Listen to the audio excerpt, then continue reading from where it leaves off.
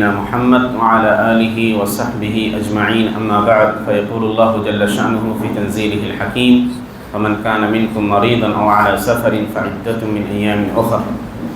محترم سامعین، ان لوگوں کا بیان چل رہا ہے جن کے پاس رمضان کے مہینے میں کسی طرح کا عذر ہوتا ہو اور وہ روزے رکھنے پر قادر نہ ہوں، تو ان کے لیے شریعت نے اجازت دی ہے کہ وہ رمضان میں روزے نہ رکھیں، بعد میں ان روزوں کی قضا کریں. ان لوگوں میں مریض اور مسافر کے حالات کو تفصیل کے ساتھ آپ کے سامنے بیان کیا جا چکا ہے. آج کے درس میں خواتین سے جڑے کچھ مسائل آئیں گے. تو تیسری قسم ان لوگوں کی ہے یا ان عورتوں کی ہے جو خاص ایام سے گزرتی ہیں. بلوغت کے بعد پیریڈ کے ایام سے جو عورتیں گزرتی ہیں انہیں روزہ نہیں رکھنا ہے. حضرت عائشہ صدیقہ رضی اللہ عنہ کے پاس ایک عورت آئی، ترمذی کی حدیث ہے، اور اس نے سوال کیا. تھوڑا عجیب سوال تھا، اسی لیے حضرت عائشہ تھوڑی ناراض بھی ہوئی. اس نے کہا ما بالنا تقضی احداہن الصوم ولا تقضی الصلاۃ. ام المؤمنین، ایسا کیوں ہے کہ ہم عورتیں جب حیض سے ہوتی ہیں تو ہمیں روزے کی قضا کرنے کا حکم دیا جاتا ہے، نماز کی قضا کا حکم نہیں دیا جاتا ہے؟ یہ اس عورت نے سوال کیا. اور حدیث کے اثار سے لگتا ہے کہ یہ تقریباً حضرت عائشہ صدیقہ کی زندگی کے آخری ایام تھے، چونکہ انہوں نے اس کے اندر اس عورت پر سرزنش کی اور کہا احروریۃ انت، کیا تم حروریہ ہو؟ اور حرورہ یا حروریہ یا حروری خوارج کے ناموں میں سے ایک نام ہے. حرورہ ایک جگہ ہے جہاں انہوں نے حضرت علی کے خلاف خروج کیا تھا، تو اسی جگہ کی طرف نسبت کی وجہ سے خوارج کے ناموں میں سے ایک نام حرورہ بھی ہے یا حروریہ بھی ہے. ناراض ہوئی اس عورت پہ اور اس کے بعد کہا کننا نحید علی عہد رسول اللہ صلی اللہ علیہ وسلم، ہم اللہ کے نبی صلی اللہ علیہ وسلم کے زمانے میں حیض سے ہوا کرتی تھیں. فنؤمر بقضاء الصوم ولا نؤمر بقضاء الصلاۃ، ہمیں روزے کی قضا کا حکم دیا جاتا تھا، نماز کی قضا کا حکم نہیں دیا جاتا تھا. تو جو عورتیں حیض سے گزر رہی ہیں ان کے اوپر روزہ نہیں ہے، روزہ نہیں رکھیں گی، وہ ان روزوں کی قضا وہ عید کے بعد کریں گی جیسے کہ مسافر اور مریض کرتے ہیں. اسی طرح وہ عورت جس کے ہاں بچے کی پیدائش ہوئی، ڈلیوری ہوئی، چونکہ اس کے رحم سے بھی خون جاری ہوتا ہے، اس کو نفاس کا خون کہا جاتا ہے.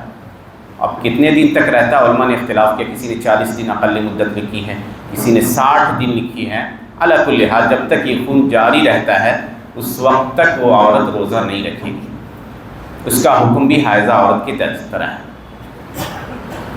مان لیجیے کہ سحری کے وقت اذان سے یا وقت کے ختم ہونے سے تھوڑا پہلے یہ دونوں پاک ہو جاتی ہیں، تو ایسی صورت میں گرچہ وہ غسل نہ بھی کریں، ان کو چاہیے کہ روزے کی اب نیت کریں، فجر کے طلوع ہونے کے بعد وہ غسل کریں، روزہ اب رکھیں گی.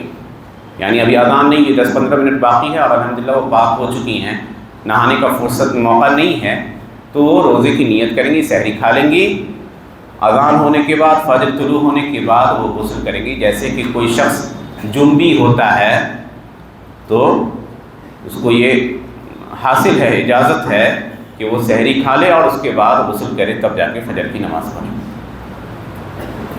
اسی طرح عورتوں سے ہی جڑا ایک مسئلہ اور ہے، وہ عورتیں جو پریگننٹ ہوتی ہیں، حمل سے ہوتی ہیں، یا کسی عورت کے ہاں بچے کی پیدائش ہوئی اور وہ اپنے بچے کو ابھی دودھ پلا رہی ہے، تو ان کا کیا حکم ہے؟ کیا وہ ان کے اوپر روزہ رکھنا ضروری ہے یا انہیں چھوٹ ہے، یا وہ ہر مسکین کو ایک مسکین کو فدیہ دیں گی؟ حضرت انس بن مالک الکعبی رضی اللہ عنہ کی ایک حدیث آتی ہے مسند احمد کے اندر، حدیث صحیح ہے انہوں نے فرمایا کہ نبی صلی اللہ علیہ وسلم فرمایا ان اللہ وضع عن المسافر شطر الصلاۃ، اللہ نے مسافر سے آدھی نماز معاف کر دی. تو 4 رکعت والی نماز 2 رکعت پڑھتے ہیں جیسے قصر کہتے ہیں. وعن المسافر والمرضع والحامل الصوم، اور مسافر دودھ پلانے والی عورت اور حاملہ عورت سے روزے کو ثابت کر دیا ہے، یعنی معاف کر دیا ہے. ان حالتوں میں بعد میں وہ روزے کی قضا کریں گے. ان دونوں عورتوں کا، یعنی دودھ پلانے والی عورت ہو یا پریگننٹ ہو، ان دونوں کے 3 حالات ہیں. اکثر ہم 3 حالات کا تذکرہ کر رہے ہیں. مسافر کے بحث میں بھی گزرا، مریض کے بحث میں بھی، اور یہاں بھی. پہلی حالت ان دونوں کا، یہ دونوں عورتیں اپنی جان کے اوپر خوف کھا رہی ہوں روزہ رکھنے سے، یعنی اگر روزہ رکھیں گی تو خود ان کی جان کو خطرہ ہے. تو پھر یہاں پہ 3 حکم آئے گا. پہلا حکم یہ ہے کہ اگر ان کو اپنی جان پہ خطرہ ہے لیکن روزہ رکھنا بھاری نہیں لگ رہا ہے، مشقت نہیں ہوتی ہے، تو ایسی صورت میں ان کو روزہ رکھنا چاہیے. علماء نے کہا واجب ہے. دوسری صورت یہ ہے کہ اپنی جان پہ خوف تو کھا رہی ہیں، روزہ رکھنے میں پریشانی ہے، برداشت کرنا پڑتا ہے، تکلیف جھیلنی پڑتی ہے. تو ایسی صورت میں علماء نے کہا کہ مکروہ ہے روزہ رکھنا، اس کے لیے نہ رکھے تو ٹھیک ہے. اور تیسری صورت ان دونوں عورتوں کی، جب وہ اپنی جان پہ خوف کھا رہی ہیں اور یہ خوف شدید ہے کہ یہ روزہ رکھنے سے ان کی صحت کے اوپر ہلاکت کا خوف ہے، تو ایسی صورت میں ان کے اوپر روزہ رکھنا حرام ہے. یہ 3 حالت ہوئی ان 2 عورتوں کی. دوسری حالت ان 2 عورتوں کی کہ اپنی جان پہ خوف نہ ہو، اپنے بچے پر خوف کھا رہی ہے. جو حاملہ عورت ہے، اس کے پیٹ میں حمل ہے، وہ آخر مہینوں میں عموماً زیادہ معاملہ سنگین ہوتا ہے. یا دودھ پلانے والی عورت اگر دودھ نہیں پلائے، کھائے گی نہیں تو اس کے ہاں دودھ نہیں اترے گا، تو اپنے بچے کو دودھ کیسے پلائے گی؟ تو اپنے چھوٹے بچے کے اوپر خوف کھا رہی ہے. تو علماء نے کہا ایسی صورت میں اس معصوم بچے کی جان بچانے کے لیے اس کو چاہیے کہ روزہ نہ رکھے، روزے کی قضا کرے گی صحیح. اور یہاں پہ مسئلہ آتا ہے، روزے کی قضا کرے گی. اور اسی سے ملتا دوسرا مسئلہ ہے کہ خود اپنے آپ پر بھی خوف ہے اور بچے پر بھی خوف ہے. ان دونوں حالتوں میں بھی وہ روزے کی قضا کرے گی، فدیہ نہیں دے گی. اور الحمدللہ یہ ہماری کہہ دیجئے کہ سلفیت کی ایک بہترین مثال کہہ دیجئے کہ ہم علماء سے کیسی محبت کرتے ہیں. کسی علماء کے بیچ تفریق نہیں کرتے، عصبیت نہیں. سب عالم الحمدللہ قابل احترام ہیں.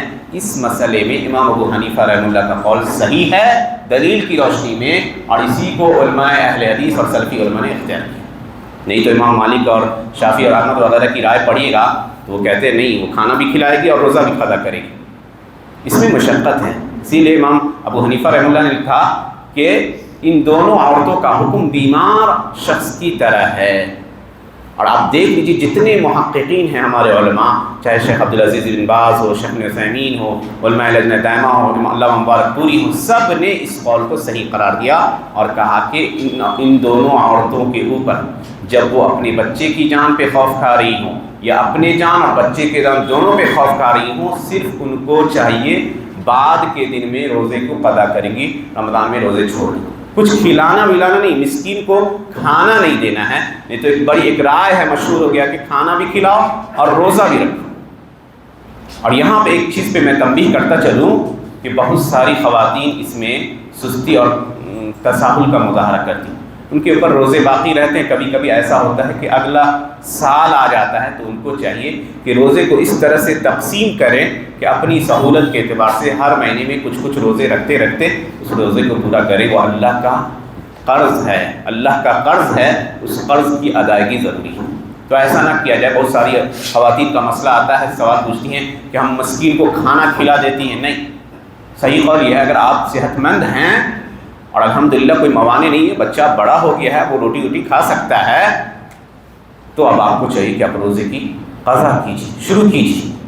بھاگیے مت، اللہ کے دین میں ہیلا اور بہانہ مت تلاشیے.